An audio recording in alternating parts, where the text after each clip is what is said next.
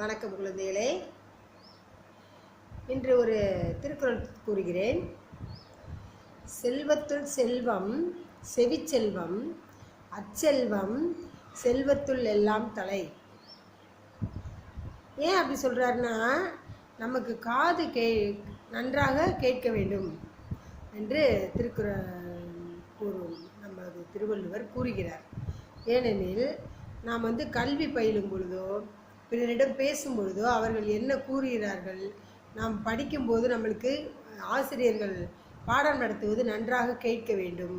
நம் தாய் தந்தை நம்மை அழைப்பது நன்றாக கேட்க வேண்டும்.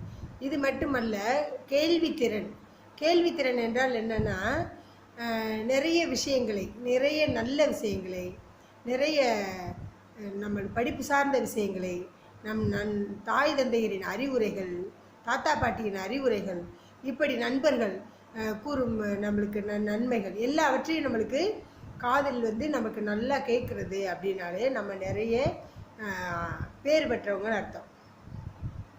அப்படின்னா நமக்கு நம் காது நன்றாக கேட்க வேண்டும்.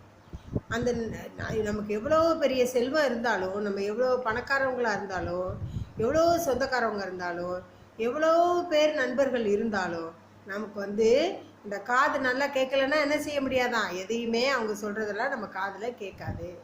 அப்போ இந்த செவி செல்வம் தான் என்னது, நமக்கு மிக சிறந்தது. மனிதர்களாக பிறந்த நமக்கு இந்த காது கேட்கும் திறன் அப்படின்றத மிக சிறப்பான செல்வம் அப்படின்ட்டு திருவள்ளுவர் கூறுகிறார்.